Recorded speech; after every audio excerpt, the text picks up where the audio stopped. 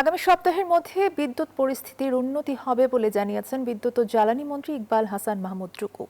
দুপুরে রাজধানীর গুলশানে চতুর্থ Bangladesh China renewable energy forum শীর্ষক সেমিনারে তিনি কথা জানান।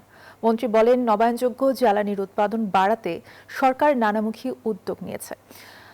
নবায়নযোগ্য জ্বালানি খাতে আগামী 5 বছরে 10,000 মেগাওয়াট বিদ্যুৎ উৎপাদন করতে চায় সরকার। Bashundhara public school and college 2026 শিক্ষাবর্ষে ভর্তি চলছে।